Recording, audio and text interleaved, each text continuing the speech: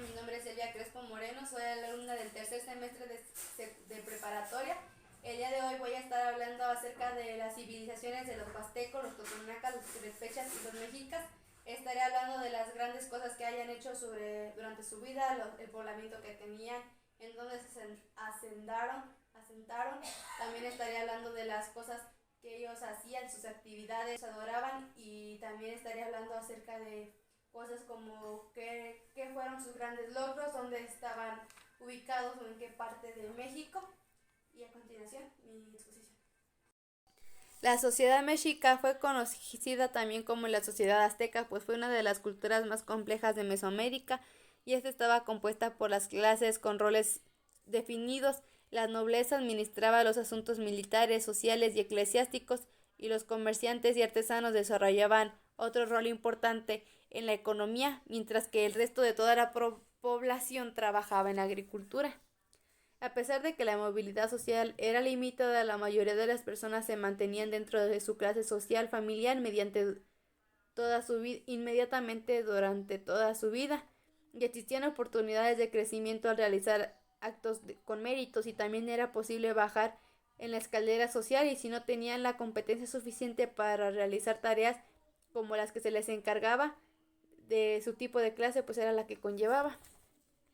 La composición de la sociedad mexica estaba dividida en pipiltlín, que eran los nobles, y los macehualtines, que eran los comunes.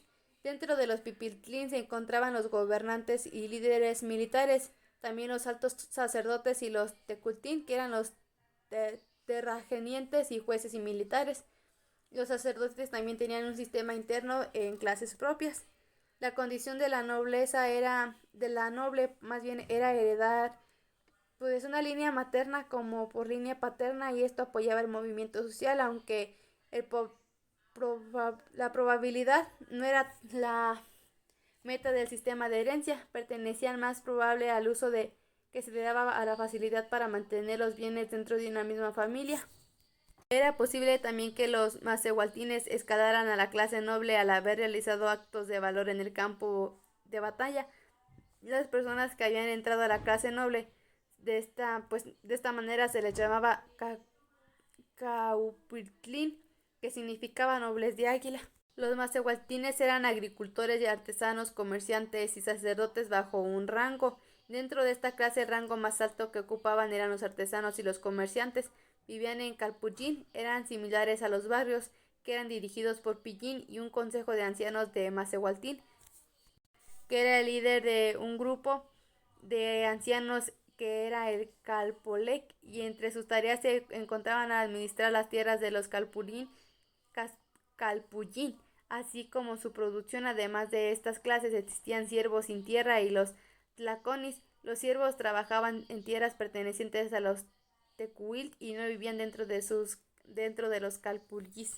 Todos los niños mexicas asistían a la escuela, y la educación que recibían dependía de su género y clase social, y cada calpuyín poseía una escuela macehualtín cuya educación estaba enfocada en lo militar para Pipitlín y para los macehualtines, que eran sobresalientes también, y existía el Alcalmaec, en el que estaban los temas sobre el gobierno y el sacerdocio. Los tlatohuines tenían un puesto de vida, pero no era un cargo hereditario, sino que se elegía de entre todos sus familiares de tlatonis anteriores.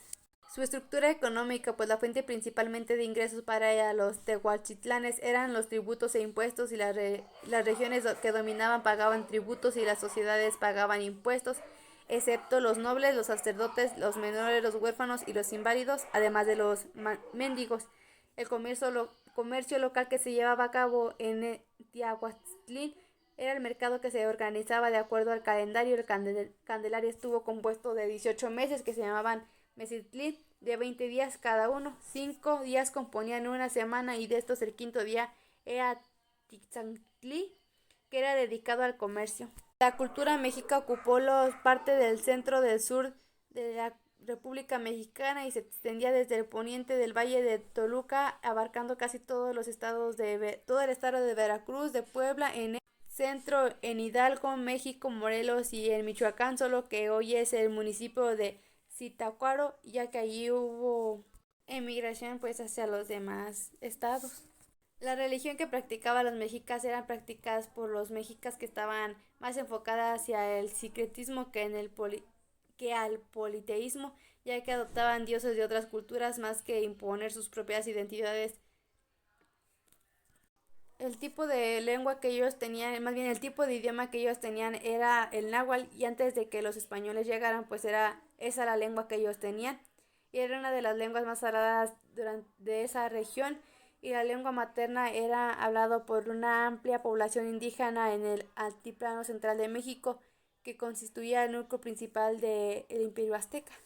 Las aportaciones que tuvieron los mexicas fue el arte de la poesía, la aritmética oculto a México, el calendario de los 365 días, las palomitas de maíz y el chocolate caliente, la educación obligatoria, la organización política.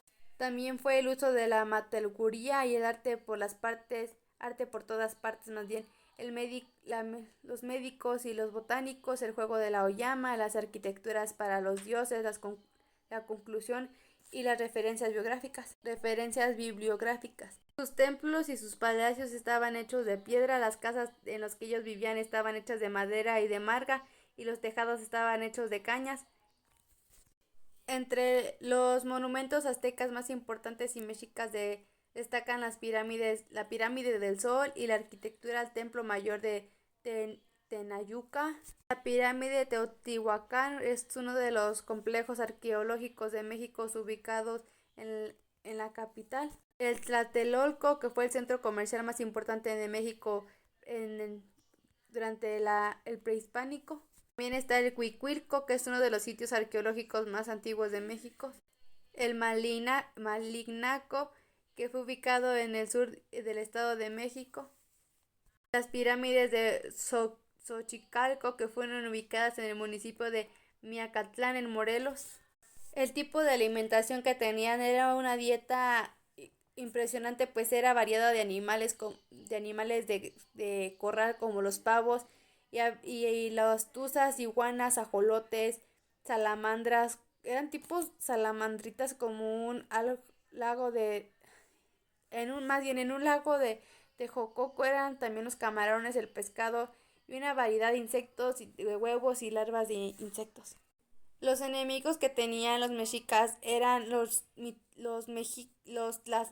tlaxcaltecas y los purépechas. Los dioses a los que ellos adoraban eran Huitzilopochtli y Cualticualtec, a nivel de las antiguas deidades como Tlaloc, Quetzalcóatl y Tetzaltlipolca. Estos existen en un culto dominante sobre los demás dioses aztecas de su dios del sol y de la guerra, Huitzilopochtli. En 1545, las décadas después de la llegada de Hernán Cortés a las costas mexicanas, los nativos de aquel lugar comenzaron a sufrir de fiebres altas y de sangrar por la boca y la nariz y los ojos, y muchos presentaban manchas rojas en la piel y por lo general fallecían al cabo de 3 o 4 días. En el año de 1325, en el lago de Texcoco, fue cuando los mexicas empezaron a asentarse allí en ese lugar. Pues fue aquí donde se cumplió el mito oficial de que la profecía de donde iba a estar un águila devorando una serpiente sobre un nopal.